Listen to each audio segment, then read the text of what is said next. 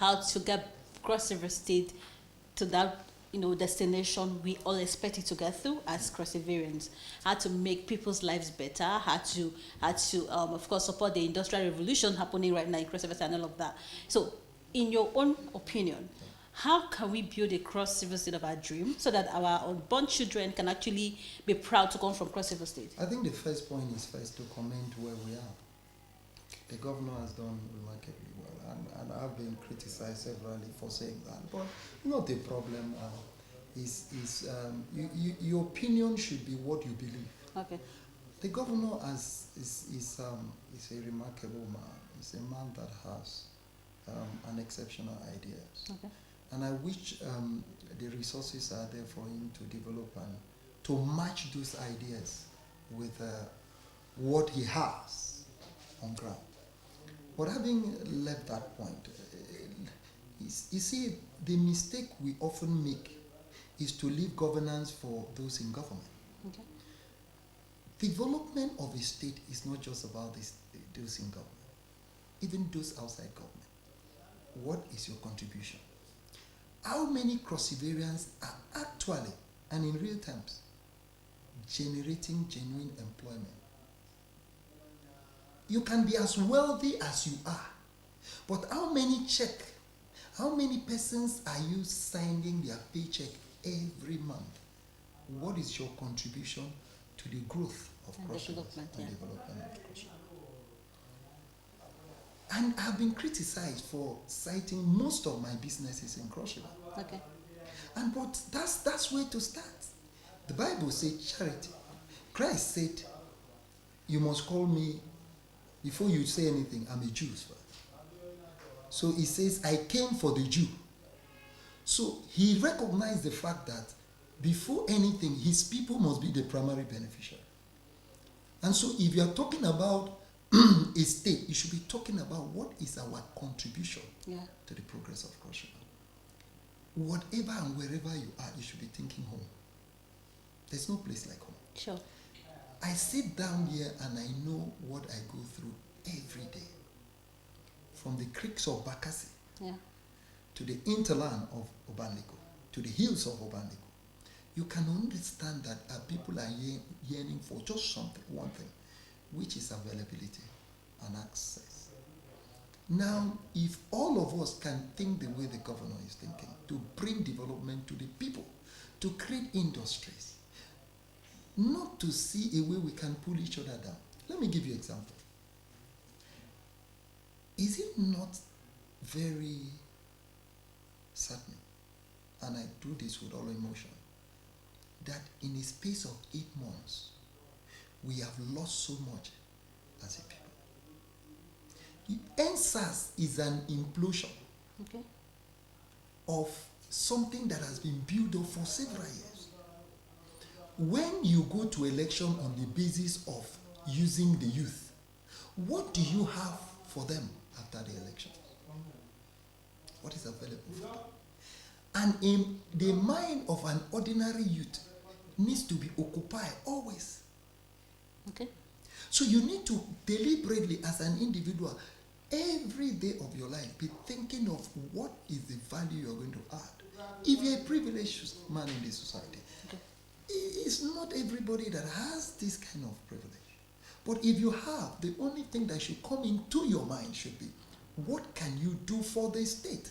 What can you do for the next man? So that at the end of the day, this disaster, so-called disaster, which is humanly caused, could be minimized or if not, reduced at some point. Yeah. So my point is that let all of us, whether in the private sector or in the public sector, at least create something at home to get people employed.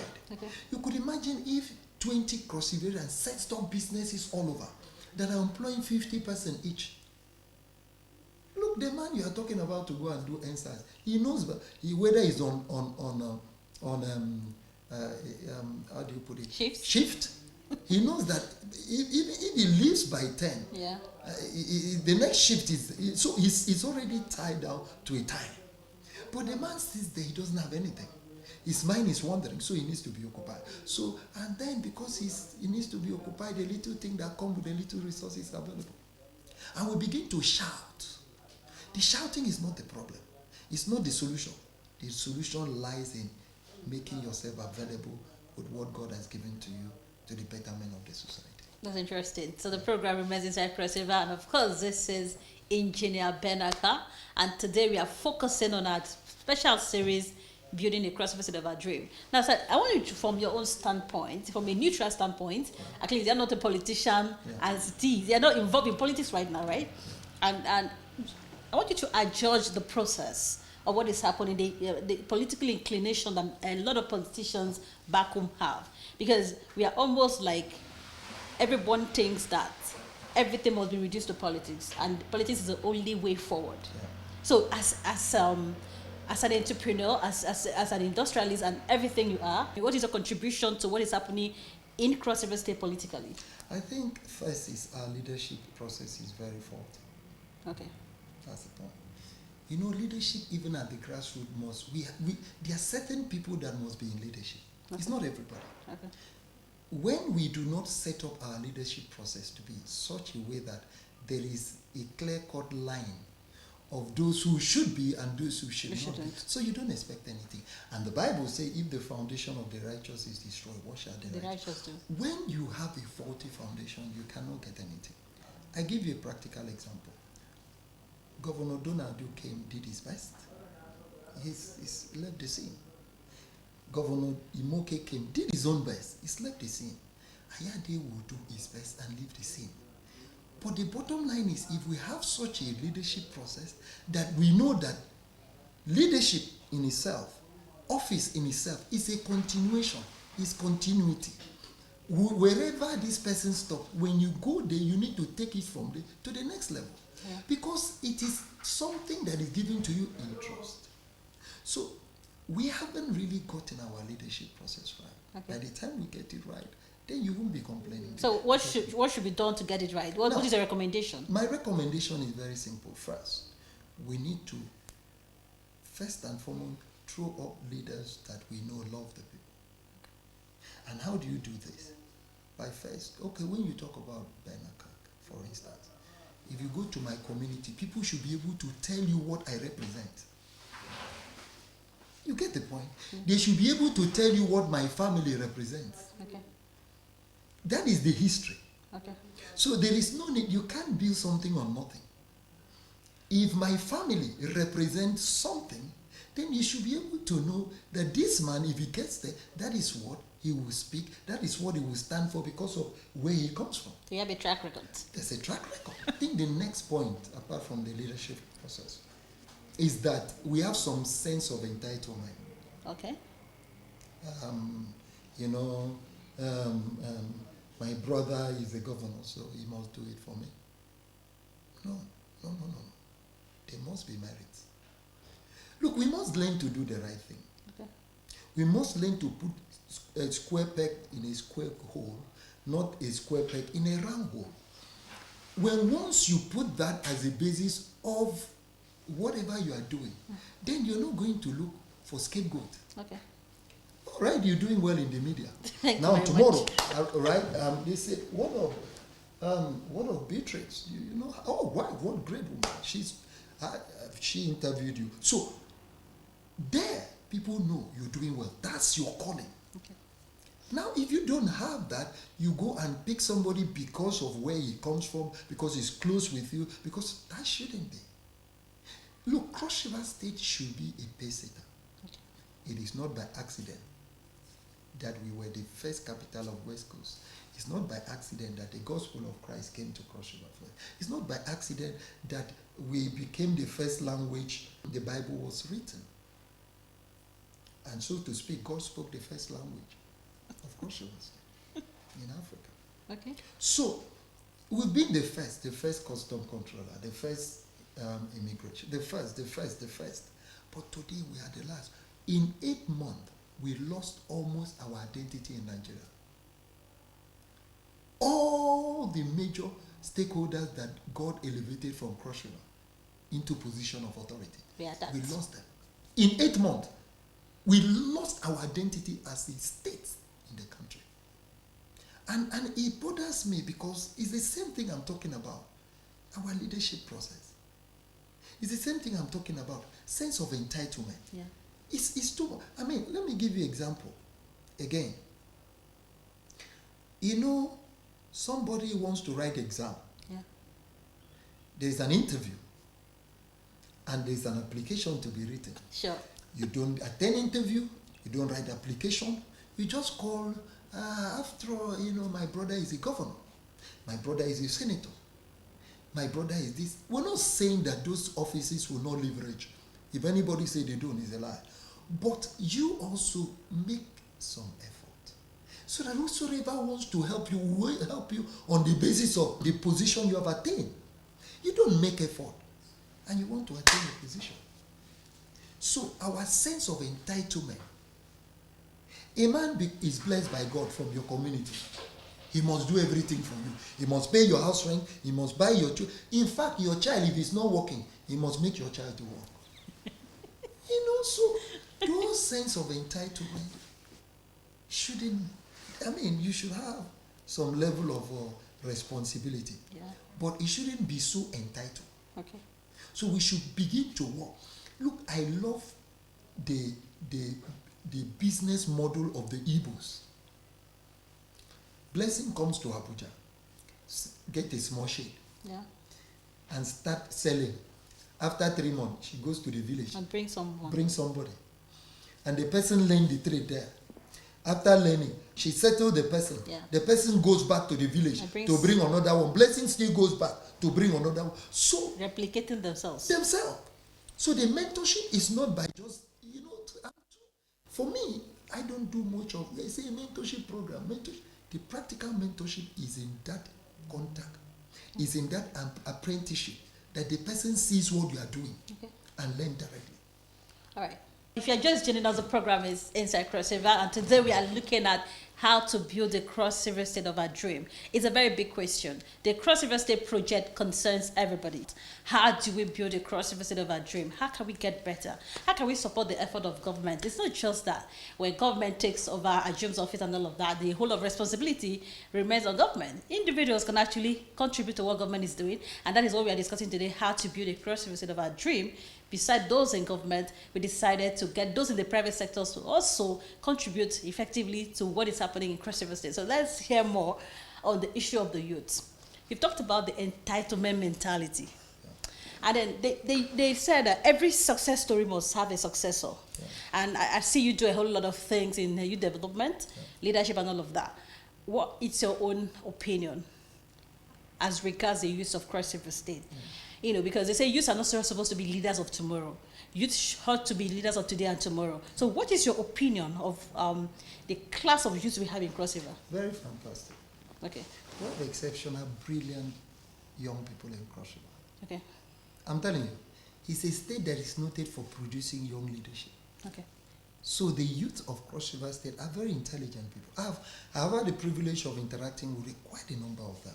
Okay. And I'm saying this kind of brain can be used. Look, let me tell you the main problem we have. Okay. I won't put it as a problem. I think it's a concern for me.